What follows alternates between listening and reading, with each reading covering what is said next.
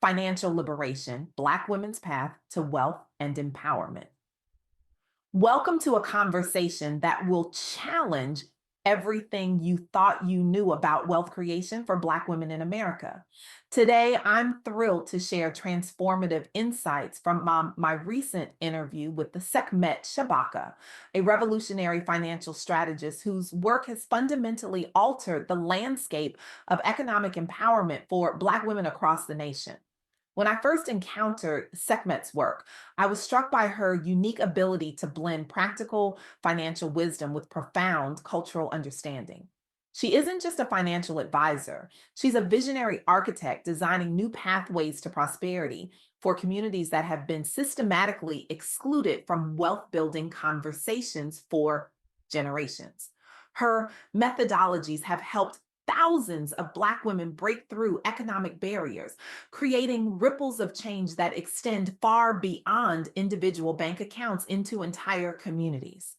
The wealth gap isn't just about money, Sekhmet told me, her voice resonating with a conviction born from both personal experience and professional expertise. It's about power, legacy, and the freedom to determine our own futures. This statement stopped me in my tracks. How often do we reduce financial success to mere dollar signs without considering the profound impact wealth has on our ability to shape our lives and communities? For Black women, especially, financial liberation isn't just about personal comfort, it's about reclaiming agency in a society that has historically denied it. The statistics paint a stark picture that we cannot ignore. According to the Federal Reserve, the median white family has 8 times the wealth of the median Black family. For Black women who face both racial and gender wage gaps, the mountain to climb is even steeper. Black women earn just 63 cents for every dollar earned by white, non Hispanic men, a disparity that compounds over lifetimes and generations. But Sekhmet Shabaka isn't interested in dwelling on disparities. She's laser focused on solutions. We cannot wait for systems to change, she emphasized during our conversation, leaning forward with intensity. We must build our own financial fortresses while simultaneously working to dismantle barriers. This isn't about adapting to an unjust system, it's about creating the economic power needed to transform it. This dual approach, building personal wealth while advocating for systemic change, forms the cornerstone of Sekhmet's philosophy. It's not either or, it's both and. It's about recognizing that personal financial empowerment and collective liberation are inextricably linked. So, what are the practical strategies Sekhmet Shabaka recommends for Black women seeking financial empowerment? Let me share the 5 pillars she outlined during our enlightening conversation. First, know your worth and demand it unapologetically. The negotiation begins before you enter the room, Sekhmet explained. It begins with how you value yourself. She shared the story of Amara, a brilliant marketing executive who discovered she was making 30% less than her white male colleagues with similar experience. When confronted with this information, Amara's initial reaction was doubt, not about the disparity, but about her own worth. Am I really worth that much more? She asked herself. This self questioning is something many Black women experience. Research shows we're less likely to negotiate our salaries than our white counterparts. This isn't because we lack confidence or skill. It's often due to legitimate concerns about how assertiveness might be perceived through the lens of racial and gender stereotypes. Sekhmet worked with Amara to document her contributions, the campaigns she'd led, the revenue she'd generated, the innovative strategies she'd developed. Armed with this evidence of her value, Amara requested a meeting with her supervisor. I came prepared with market data and a detailed account of my contributions, Amara told Sekhmet. When my supervisor pushed back, I didn't apologize or retreat. I simply restated my value proposition. The result? a 25% raise and a promotion, but more importantly, a fundamental shift in how Amara perceived her own worth. Sekhmet recommends practicing salary negotiations with trusted friends, researching industry standards, and being specific about your compensation requests. Vague requests receive vague responses, she noted. Be precise about what you want and why you deserve it. Second, build platforms that center Black women's experiences and needs. Our perspective is our power, Sekhmet stated emphatically.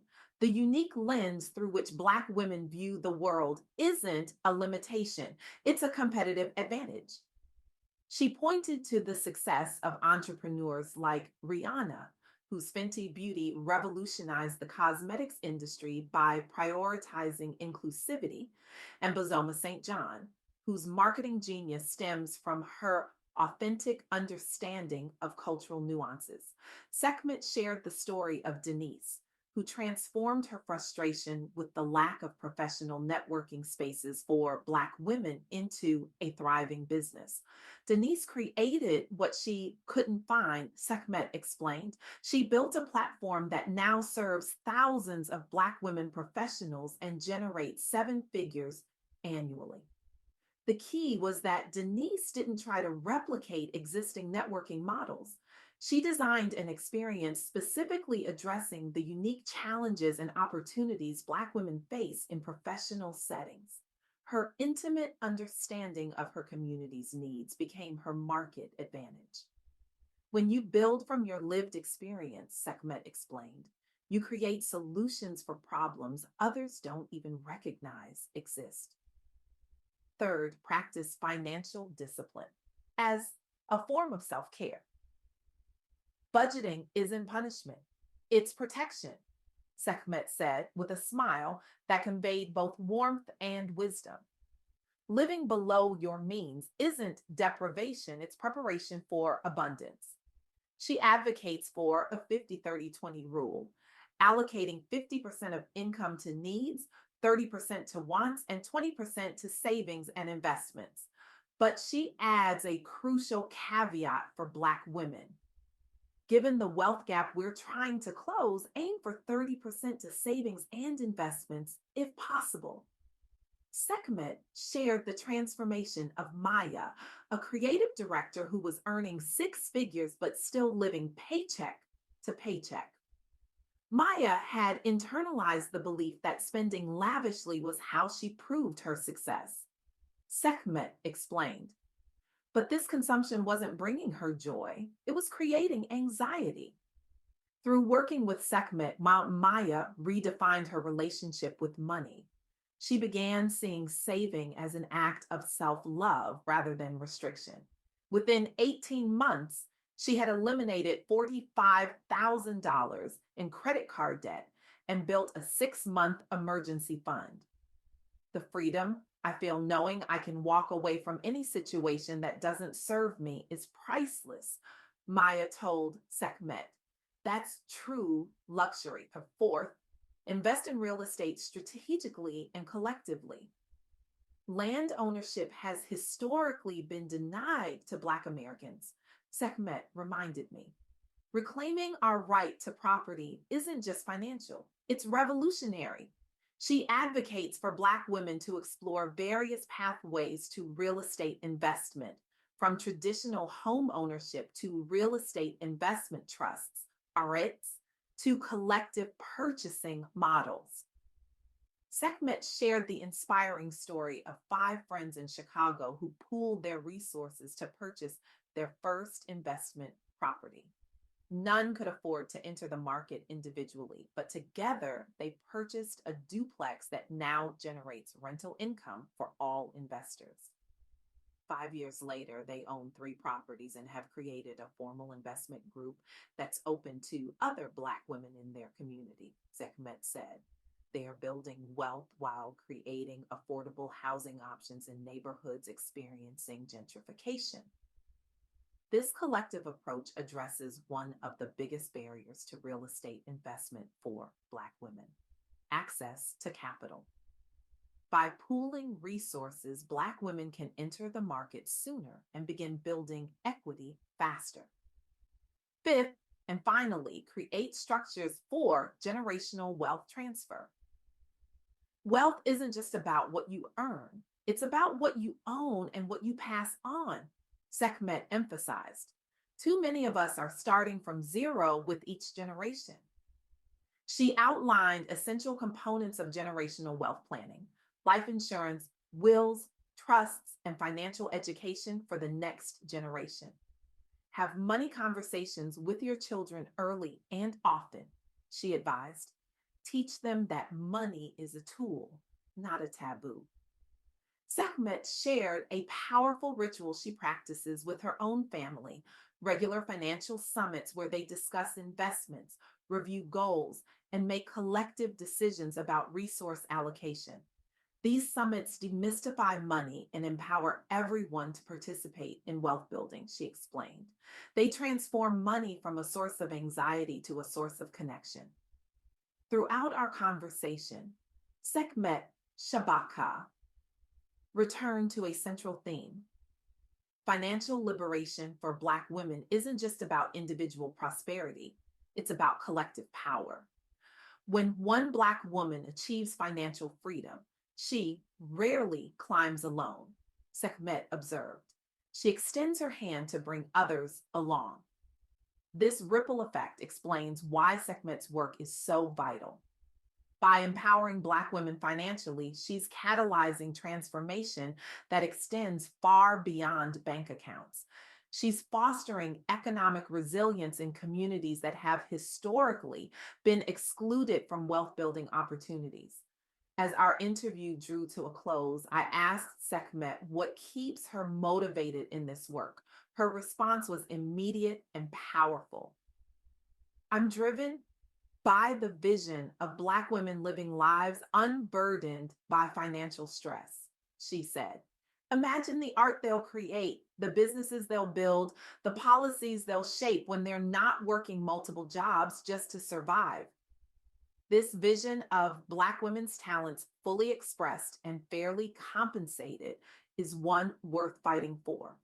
It's a vision that benefits not just Black women, but society as a whole, which has too long been deprived of Black women's unencumbered contribution. So, where do we go from here?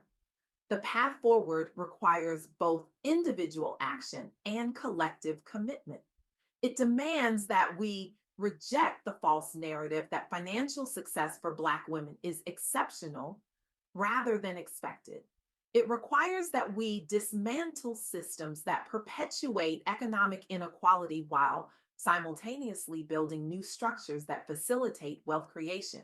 Today, I challenge each of you to examine your own relationship with money and power. If you're a Black woman, ask yourself, am I demanding what I'm worth? Am I building assets that will outlive me?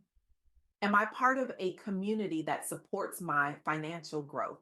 If you're not a Black woman, ask yourself, how am I using my privilege or position to create more equitable economic opportunities? Am I advocating for pay transparency in my organization? Am I investing in Black women's businesses? Financial liberation isn't just about bank balances, it's about creating a world where economic power is distributed justly, where Black women's contributions are valued appropriately, and where the ability to build intergenerational wealth isn't determined by race or gender.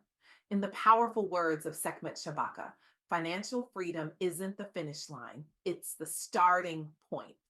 It's where your true purpose begins to unfold. The revolution won't just be televised, it will be financed, and Black women will be leading the way. The only question is, will you be part of making this vision reality?